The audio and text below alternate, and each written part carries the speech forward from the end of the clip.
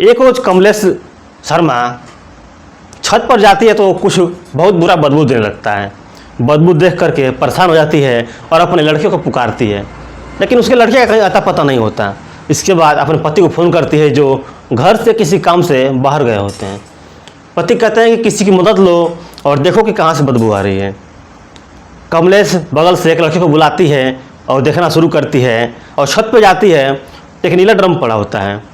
समझ में आ जाता है कि ये बदबू यहीं से आ रही है। जब नीले ड्रम में जाकर देखती है तो पता चलता है कि उस ड्रम में एक लाश पड़ी है। इसके बाद कमलेश पुलिस को फ़ोन करते हैं और बताती है कि उसके घर पे एक ड्रम में लाश पड़ी है। उस बदबू के बारे में बताती है। पुलिस वहाँ पे पहुँचती है और देखती है कि अंदर एक सचमुच में लाश पड़ी हुई है। उस लाश के बारे में जब पूछताछ होता है तो पता चलता है कि वो लाश सूरज की है, जो कि अपनी पत्नी और बच्चों के साथ वहाँ पर किराए पर रह रहा था।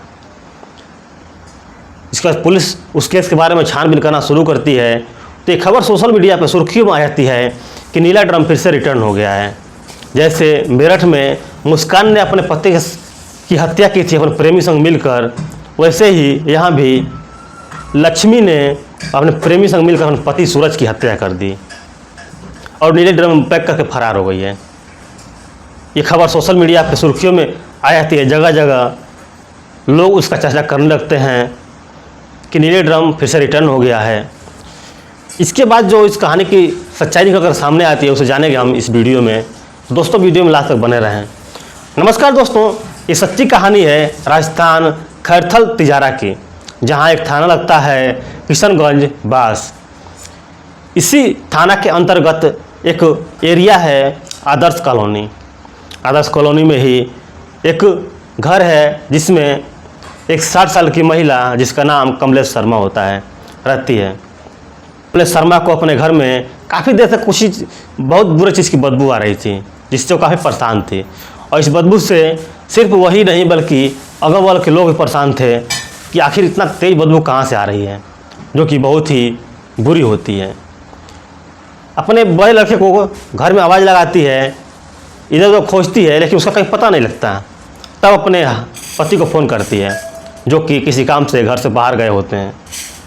पति कहते हैं कि एक काम करो कि बगल से किसी लड़के को बुला लो और देख लो कोई चूहा हुआ मरा होगा।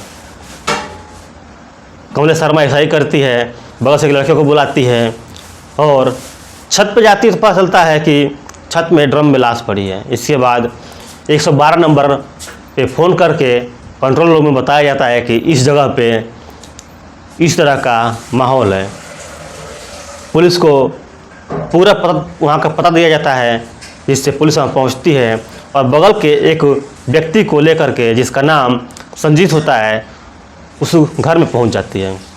छत पर जा कर के पुलिस संजीत से कहती है कि देखो आखिर इस ड्रम में क्या है। संजीत पहले तो उसमें से एक बेडशीट निकालता है। इसके बाद उससे एक लाश नज़र आती है। पुलिस पूछती है कि आखिर ये लाश किसकी है, तो पता चलता है कि वो लाश सूरज की है, जो इनके यहाँ ऊपर वाले कमरे में किराए पर रह रहा था।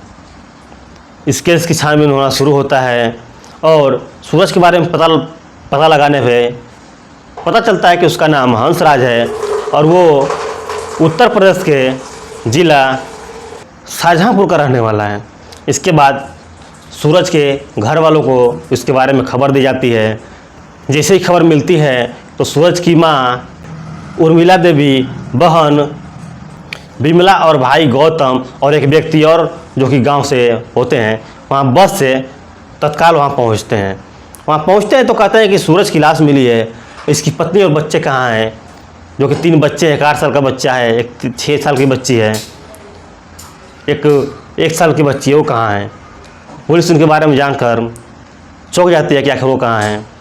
तभी पता चलता है कि जो मकान मालिक था उसका एक बड़ा लड़का जितेंद्र, जिसकी उम्र 36 साल होती है, वो भी घर से फरार है। मामला समझ में आने लगता है कि कहीं ना कहीं ये मामला प्रेम संबंध का है। पुलिस छानबीन करना शुरू करती है और लक्ष्मी और जितेंद्र को ढूंढने के लिए इधर गौतम से भी हंसराज के बारे में पता लगाया जाता है कि आखिर क्या सच्चाई है उसकी। गौतम बताता कि आज से 12 साल पहले उत्तर प्रदेश के ज़िला पीलीभीत का एक थाना लगता है हाजा, वहीं की रहने वाली लक्ष्मी से उसके भाई की शादी हुई थी। धीरे धीरे वक्त गुजरता है और 3 बच्चे होते हैं। गांव में काम धंधा न होने की वजह से उसका भाई अपने पत्नी और बच्चों के साथ दिल्ली आ गया और दिल्ली से राजस्थान चला गया, जहाँ पे जगह जगह भट्ठों पे काम करके अपना गुजारा करना शुरू किया।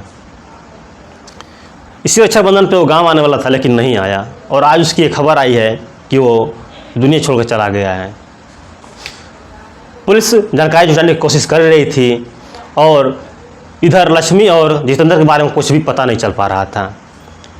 तभी पता लगता है कि रामगढ़ के थाना अलावड़ा में एक फ़ोन आता है।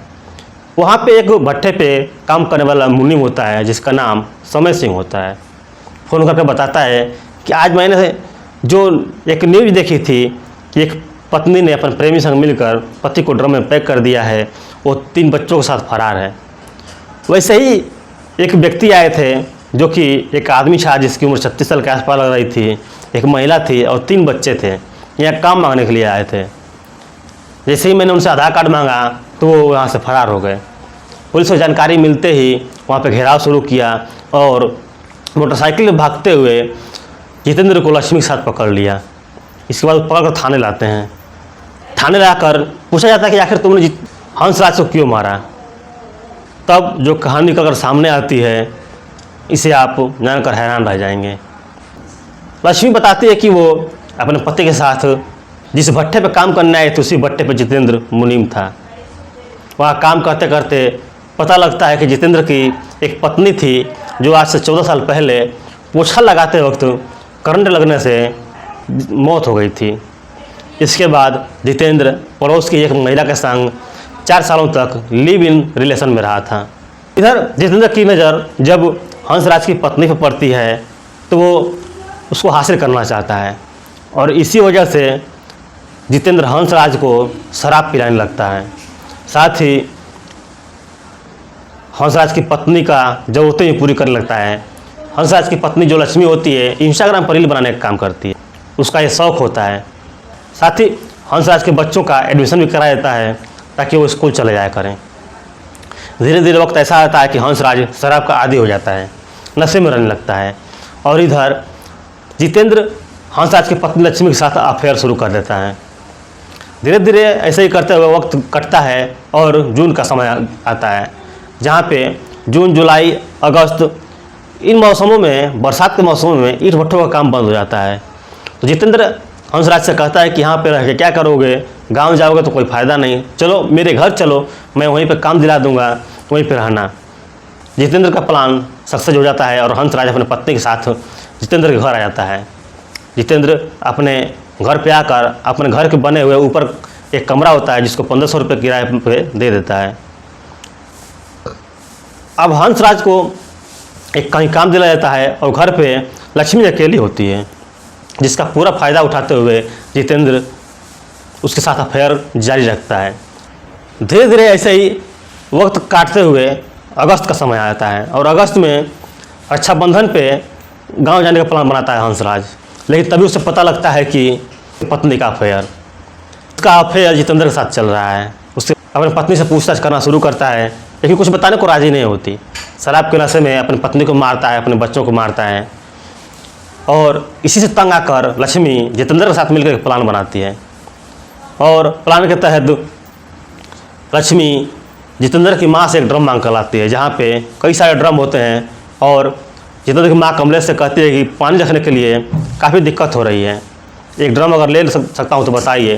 कहते ठीक है ले जाओ। ड्रम लेकर आती है, लेकिन वो पानी रखने के लिए ड्रम नहीं लाई थी बल्कि अपने पति की लाश रखने के लिए ड्रम लाई थी। और धीरे धीरे वक्त आता है 16 अगस्त 2025 का, जन्माष्टमी का दिन। सभी लोग जन्माष्टमी मनाने में व्यस्त थे। इधर जितेंद्र हंसराज को खूब शराब पिलाता है जिससे हंसराज काफ़ी नशे में आ जाता है। इसके बाद हंसराज एक लोहे का सरिया लेता है और अपनी पत्नी और बच्चों को मारने लगता है।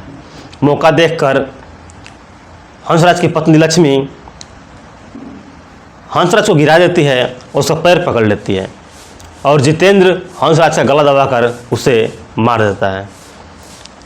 ये सारा काम हंसराज का जो 8 साल का बेटा होता है वो देख रहा था। हंसराज की पत्नी कहती है कि बेटा ये लो मोबाइल, तुम जाकर देखो दूर। उसका दूर बैठकर मोबाइल देखना शुरू करता है और साथ ही ये भी देख रहा था कि उसकी माँ अपने उस अंकल के साथ मिलकर उसके पापा के साथ क्या कर रही है। इसके बाद जितेंद्र और लक्ष्मी हंसराज के लाश को उठाते हैं और ड्रम में डालकर ऊपर से नमक डालते हैं। इसके बाद ऊपर से कपड़े डाल देते हैं जिससे किसी को दिखाई न दे।